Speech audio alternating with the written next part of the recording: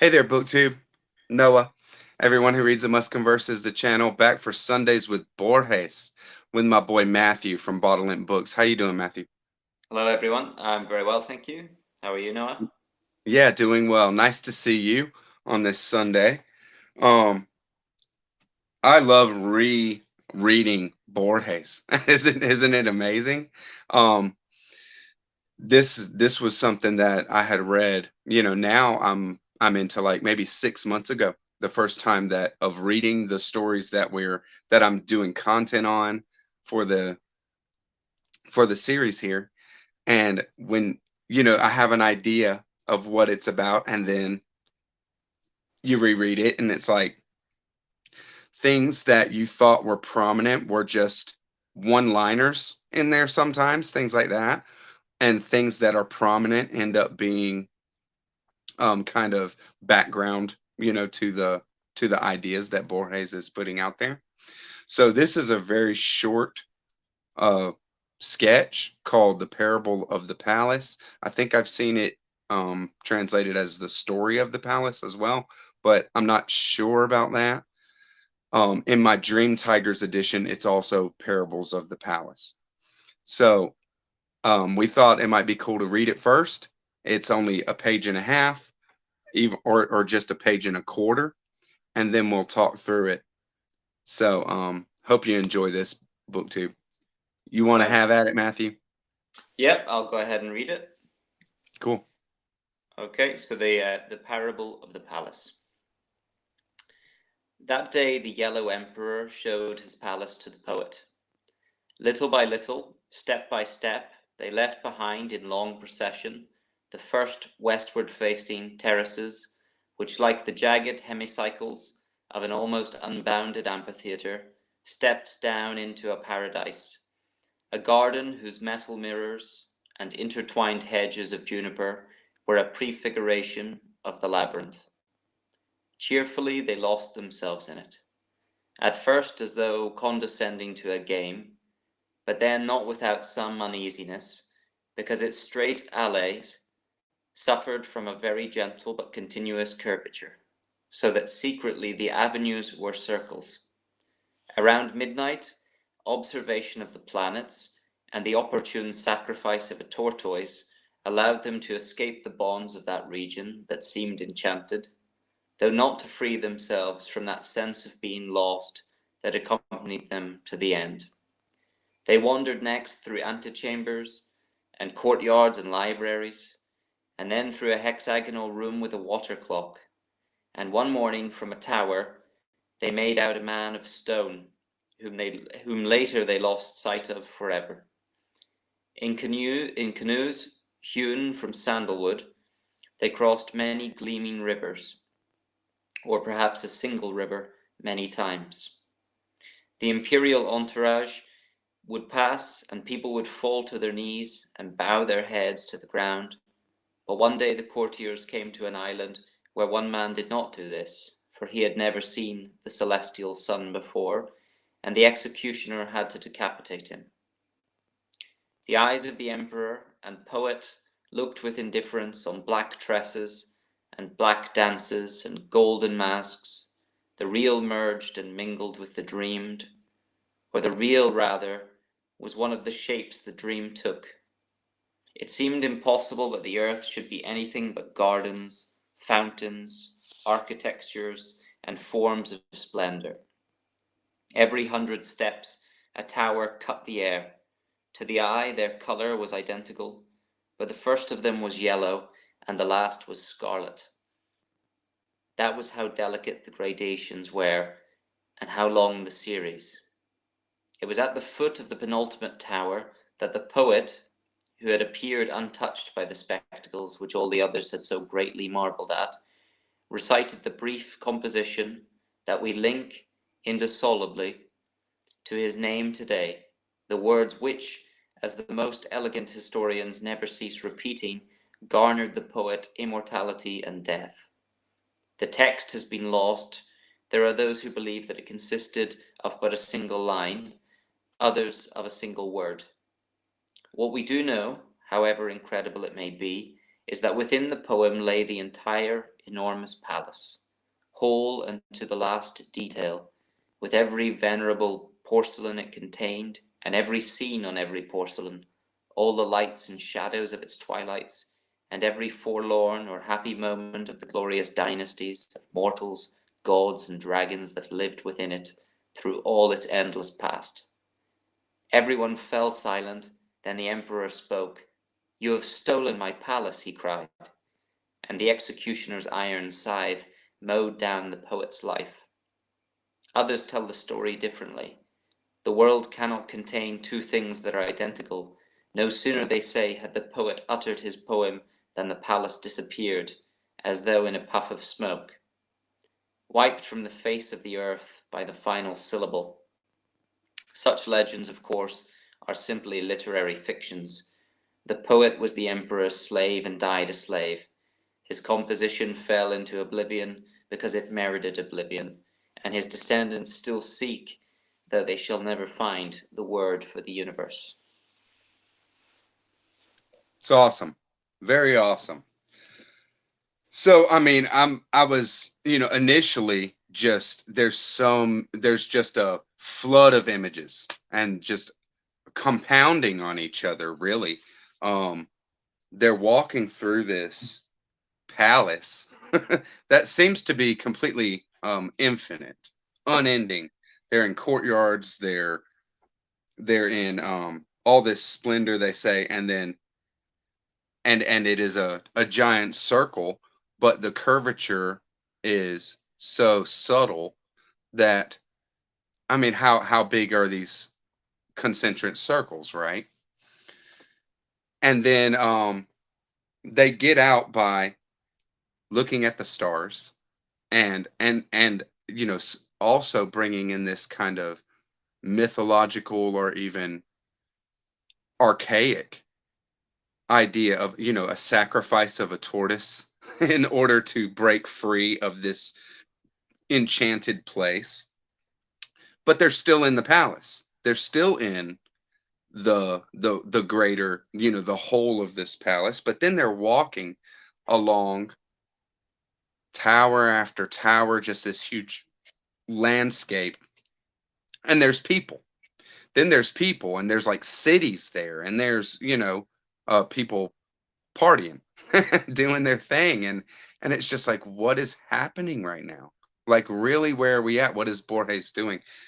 With such a minimal amount of words, he gives you so, something that you have to work to grasp. That's kind of initial impressions that I had from retouching it Yeah, and seeing Borges, these kind of things. um, he's almost taking on the role of the poet has in the story, and that he's distilled everything to 1.5 pages, but it leaves you with concepts that could drive you mad if you if you spend too much time thinking about them. Right. And as the poet reduces, captures this almost universe of a palace in one word.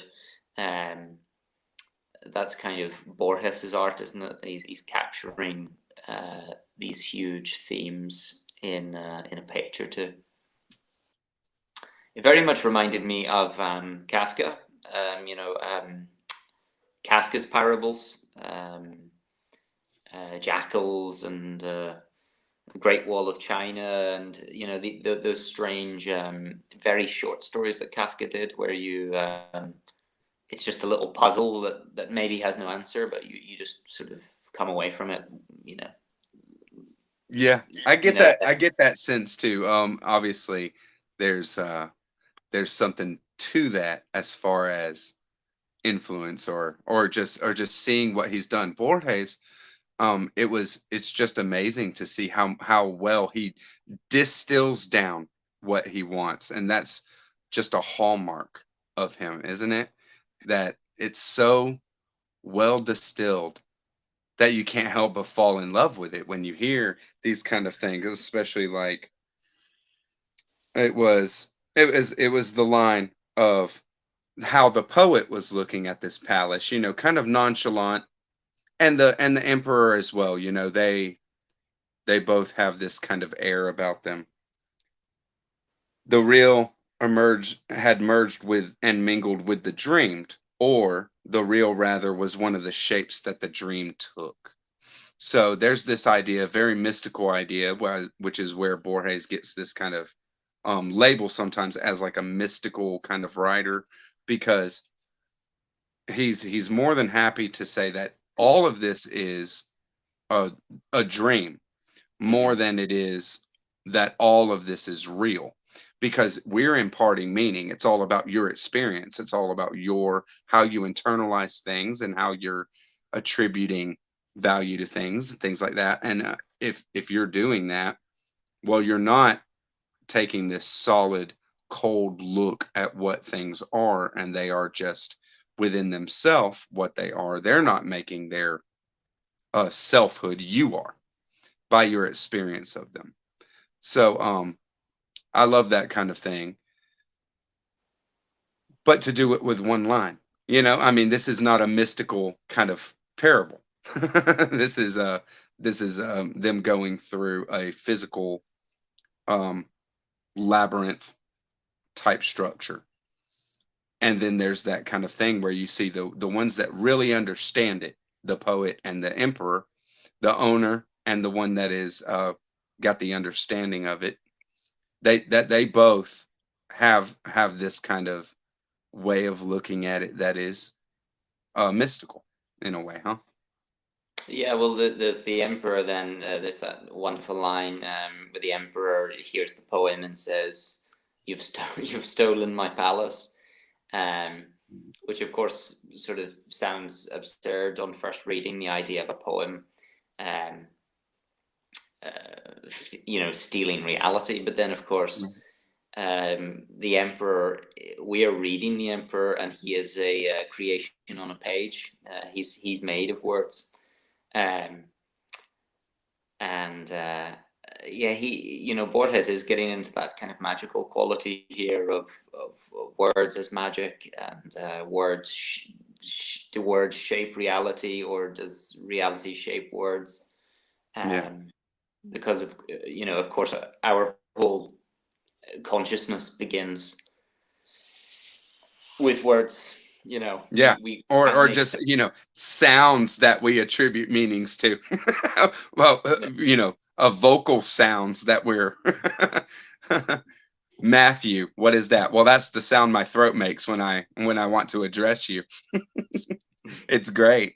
And right after, so he gives this wonderful infinite kind of series illustration with the towers that are cutting the skyline, cutting the horizon every 100 paces or something like that, right? Every 100 paces, or yeah, 100 steps, and it goes from yellow to red in a series that is unperceivable to the eye. That's how many towers that we're talking about, and that's how subtle their difference in hue is. So, I mean, how long does it take to do that? I mean, like, how long have they been discovering or exploring this labyrinth? This is this is what makes it a parable, right? It's not that the emperor, and I would be open to, I might be wrong here. It's not that the emperor is not an emperor or the poet is not a poet. It's that this trek is a kind of a parable for something else. And what is that? Well, maybe, life, something like that. That's what makes this a parable. But right there, when they get to the end, no. When they get to the penultimate tower, so it's the tower before the end, they don't get to the end. Right before the end is when the poet utters his poem, and he goes into another paradox, immortality and death. So, what to make of that? That's where the crux of this kind of being a parable and the title of it, I'm just like, well, okay, well, what is it that we're really trying to, what is it that Borges is really trying to um illustrate for us by this? What do you think? In a way, you could see it as a kind of manifesto for his own style of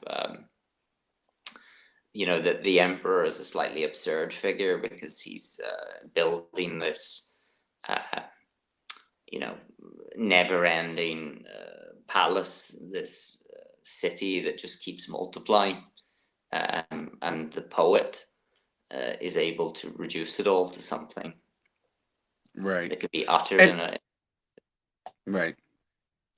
And um, there's the, the dichotomy there too as well with that. And looking at it like Calvino's invisible cities, there's those cities that kind of are infinitely self-replicating or something like that, or growing from the inside out, or kind of expanding like that. And it's really cool. But to have something, and yeah, the emperor kind of owns it, and it's this infinite, or becoming infinite maybe thing, and then this poet is able to grasp it and and illustrate it with a succinct phrase, or even a word. um you have your, there's your conflict and your tension. So maybe the emperor being some kind of materialist, uh for lack of a better word, and then the poet being this more of an idealist, and being able to speak into that, and of course is martyred for it, right? yeah, and as strange as the story is, it does have its parallels in Chinese history. I think one of the I'm not well read in Chinese history, but one of the emperors did decide to have all literature destroyed. I believe every book had to be destroyed because Blasphemy. he didn't want any history to exist before his reign. Um, which is so Borgesian, isn't it? That this Right. guy, this emperor's idea was almost, well, if we destroy all the written record, then we erase the history. So then time starts with me and my reign. Sure. Well, that's Um, what we call history, right? Because prehistory is, everything before that we have a record. So it's mhm. it's it's a it's whether we have a record of it or not. That's what makes it historical. If there's no record, then it's prehistory. It's Yeah, ridiculous. yeah, there's it's like this arbitrary distinction that I'm sure Borges loved to mess with, yeah. to prod. And on kind of on the other end of it, you've got these Chinese emperors who were building the terracotta warriors. Wow. And you think of I think thousands of them still exist, but I think they were much more at one stage. And you have there would if that kind of building, if that kind of creation went on unchecked or wasn't brought to an end by a death or a regime change, um, there would come a point where um, the terracotta like soldiers and horses would greatly outnumber the citizens of the city itself. So then it becomes, well, who owns this city? Is it all? Right. Yeah, And see, now we're laughing like Borges about this, the same ideas that Borges probably just cracked up at. And why, I always get the sense of Borges behind his explorations in this way, just kind of laughing, and can't wait to throw you out there into this kind of infinity like that. One of the things that came through this second, or not second. I mean, I've read it multiple times, but this new uh, reading it and experiencing it for this talk here was I had the idea from before that when the poem was uttered, it that the palace did disappear in this story, but he says explicitly that some people tell it like that, but that's not what happened. That's just a fiction. And Hmm. so then I was thinking, well, why did I do that? This is what Borges knows that people do, that you kind of, in your trying to make sense of it, since there's this magical element to it, to this story, um since I was trying, in my trying to make sense of it, I said, I just thought, yeah, when the poet utters his word on the palace, that the palace disappears and that's why he's killed. But it's not that, you know. And what it actually is more subtle than that, and it's hard to grasp the subtlety, but that's what makes a great piece of art, no matter what kind of art you're talking about, is these kind of subtle um, truths, these subtle beauties. So a Yeah, and great that one. that little line towards the end is like him breaking the fourth wall and saying, "But this is all literary fictions." Right. You know, and kind of reminding you that, oh, but I'm a literary trickster as well, and Yeah, and now you're in on the trick. Now yeah. you're here. Very cool.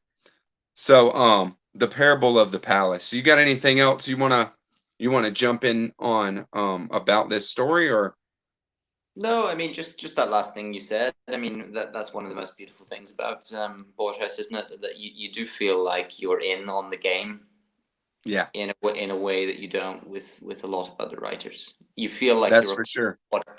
you're part of what he's doing. Um, Yeah, and he wants that. He wanted that. It's a wonderful thing. There's elements, you see this kind of thing, elements of this story crop up in a lot of his other stuff. I was thinking about things like the Zahir elements, certain elements in the Zahir, things like that.